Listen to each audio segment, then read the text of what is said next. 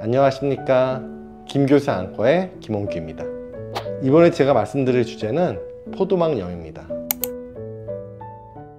그럼 포도막염이 무엇일까요? 포도막염은 눈의 중간층인 포도막에 염증이 생기는 질환입니다.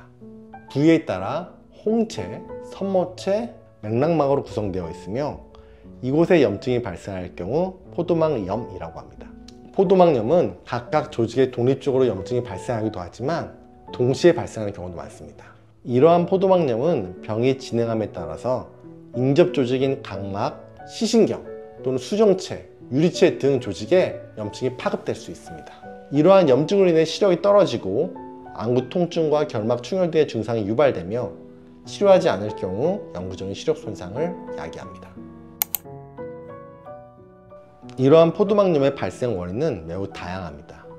포도막염은 크게 바이러스, 세균, 곰팡이, 기생충 등에 의해 발생하는 감염성 포도막염과 그 외 비감염성 포도막염으로 분류합니다. 감염성 포도막염은 감염을 일으키는 원인을 발견하고 이에 대해 치료함으로써 완치할 수 있습니다. 비감염성 포도막염은 외상이나 수술 등 물리적 손상에 의해 발생하는 외인성 포도막염과 면역학적 기전에 의해 발생하는 내인성 포도막염으로 분류합니다. 외상이나 손상 등으로 발생하는 경우에는 수술을 통해 치료할 수 있지만 대부분의 포도막염의 경우 면역학적 기전에 의해 발생하기 때문에 이런 포도막염이 발생하는 경우에는 이에 대한 전신질환 평가가 중요합니다.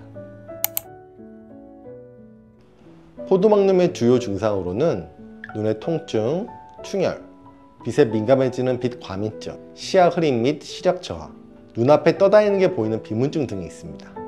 포도막염 염증이 심할 경우 눈의 시력이 급격히 저하되며 안압이 올라가 안구 통증이 발생할 수 있어 환자분이 병원에 방문하게 되나 염증이 미미한 경우에는 환자분이 느끼는 증상이 없어 서서히 시력이 저하될 수 있기에 포도막염에 대한 조기 발견이 중요합니다. 포도막염의 진단은 일반적으로 안과 전문의에 의해 이루어집니다. 하지만 포도막염이라는 진단은 눈에 염증이 있다는 것을 말할 뿐이지 포도막염이 왜 발생하는지를 말하는 것이 아닙니다. 포도막염이 왜 발생했는지 원인을 찾기 위해서는 광각 현과 안저 촬영을 통해 동반된 혈관염, 맥락막막염, 시신경염의 양상을 확인하여 원인 질환을 유추해야 합니다. 이후 혈액 검사 등을 통해 유추한 원인 질환에 대한 증거를 수집하고 필요에 따라 시야 검사, 유전체 검사, 시신경 MRI 검사 등이 필요할 수 있습니다. 포도막염 원인 진단에 따라 치료 방향은 크게 달라지기 때문에 정확한 원인 규명이 반드시 필요합니다.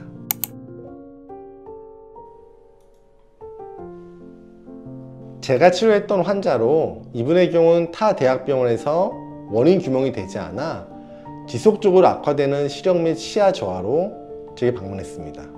안과 정밀검사를 통해 암에 의해 유발되는 자가면역 망막병증으로 진단되었고 이를 통해 거꾸로 몸에 숨어있는 암을 발견하고 수술로 암을 제거한 환자였습니다.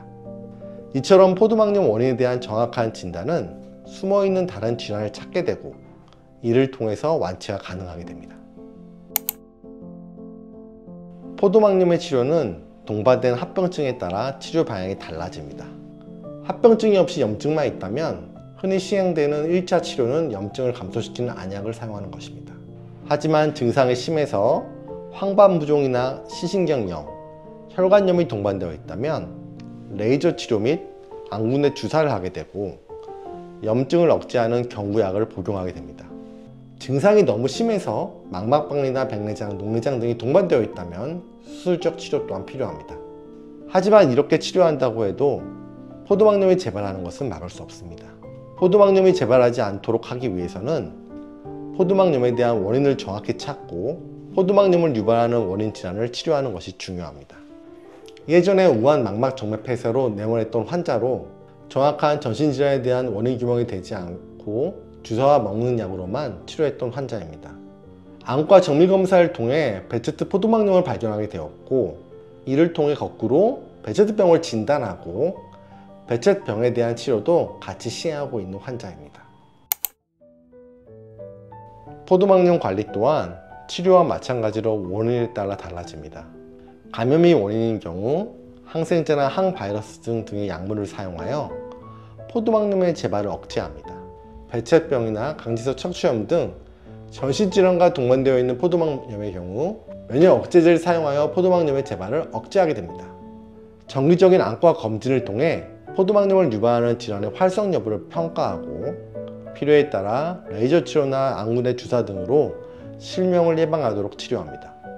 장기간 면역 억제제를 복용하는 경우 정기적인 혈액 검사를 통해서 약제에 대한 독성 여부도 같이 평가하여 포도막염이 재발하지 않도록 관리하게 됩니다.